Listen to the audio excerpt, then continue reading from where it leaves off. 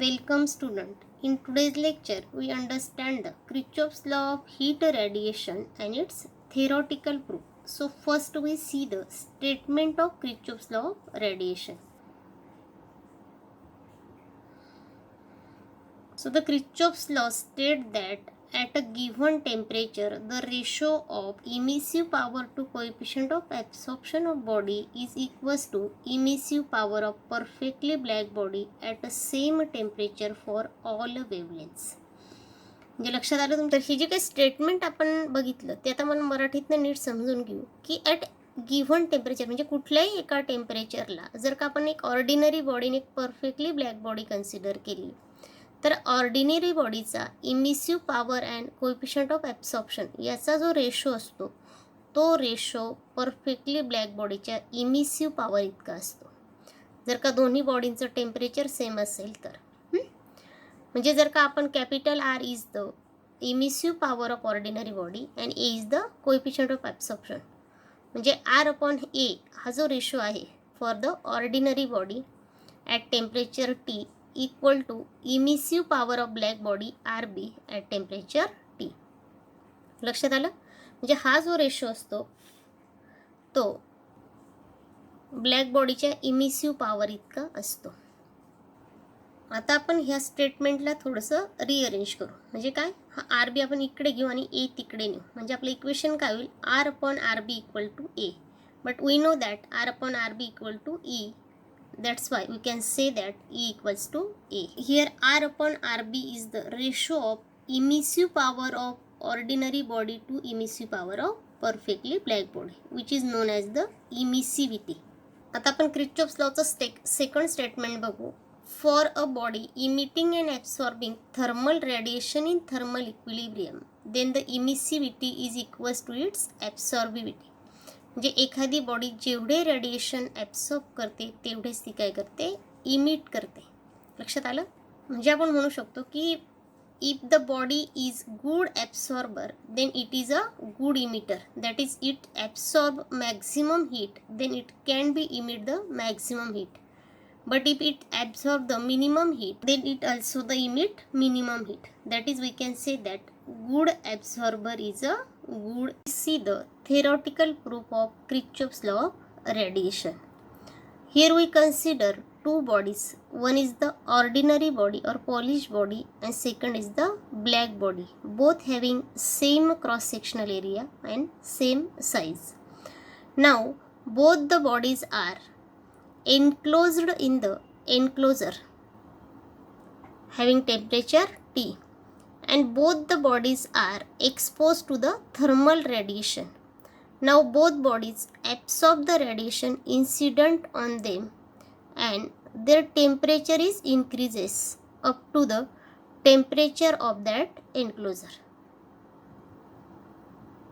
आता इकडे लक्ष द्या की या ठिकाणी आपण दोन बॉडीज कन्सिडर केल्या. एक ऑर्डिनरी बॉडी आहे आणि दुसरी काय, परफेक्टली ब्लॅक बॉडी. दोघांची साईज कशी, सेम आहे.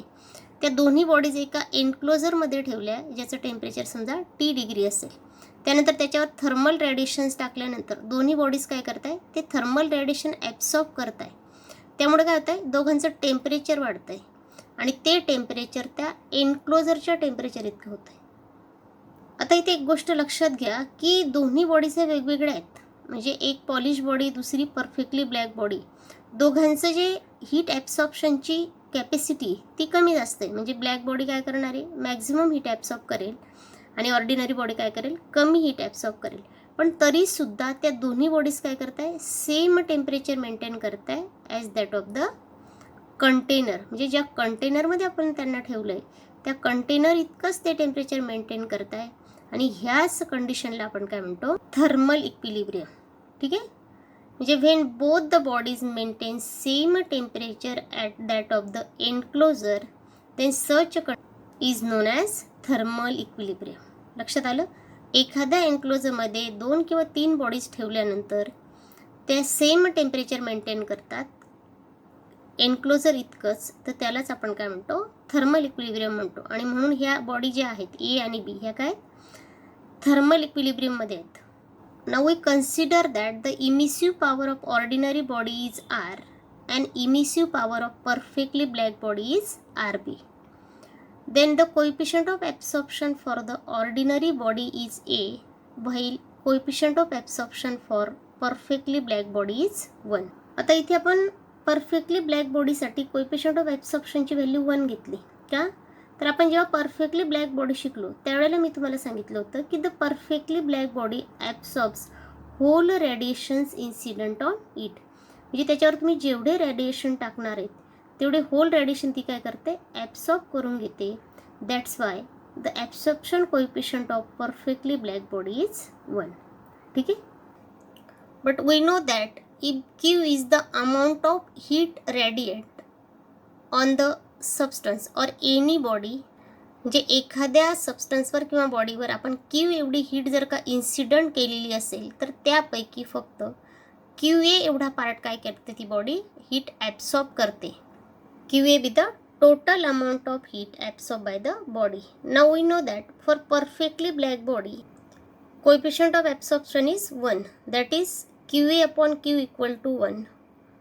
That's why we can say that the perfectly black body absorb all heat incident on it. That is heat absorbed by perfectly black body equal to Q. Now for ordinary body the absorption coefficient is less than 1 because it's the heat absorbed equal to AQ.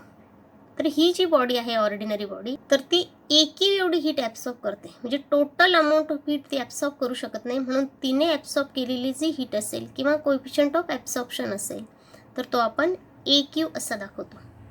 आणि म्हणून heat absorb by the ordinary body is AQ and heat absorb by the black body equal to Q.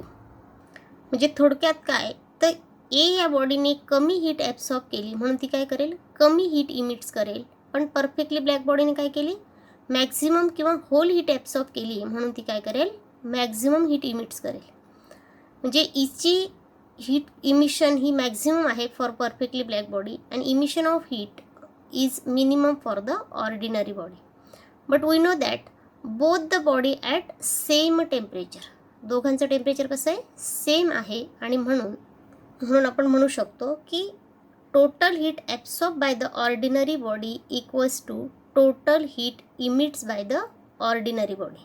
म्हणजे ordinary बॉडीने absorb केलेली heat आणि emit केलेली heat कशी असणार आहे, सारखी असणार आहे. म्हणजे जेवढी ते ॲब्सॉर्ब करेल तेवढीच ती काय करेल, इमिट करेल. तसंच for perfectly black body total heat absorb equal to total heat emits. आता आपल्याला हे दोन इक्वेशन मिळाले, equation number 1 and equation number 2. Equation 1 and 2. Equation 1 for the ordinary body and equation 2 for the perfectly black body. Now we take the ratio of equation 1 and 2 or divide equation 2 by equation 1. Then we get equation AQ upon Q equal to R upon RB. Now here QQ get cancelled. So we can write A equal to R upon RB. But we know that R upon RB equal to E, that is the emissivity. So we can write A equals to E. And this is our equation for Kirchhoff's law of radiation. Or we can write also R upon A equal to RB. That is the ratio of emissive power to absorption coefficient of ordinary body is equal to emissive power of perfectly black body.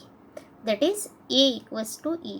And these both the statements or both equations are equation for the Kirchhoff's law of radiation. Thank you.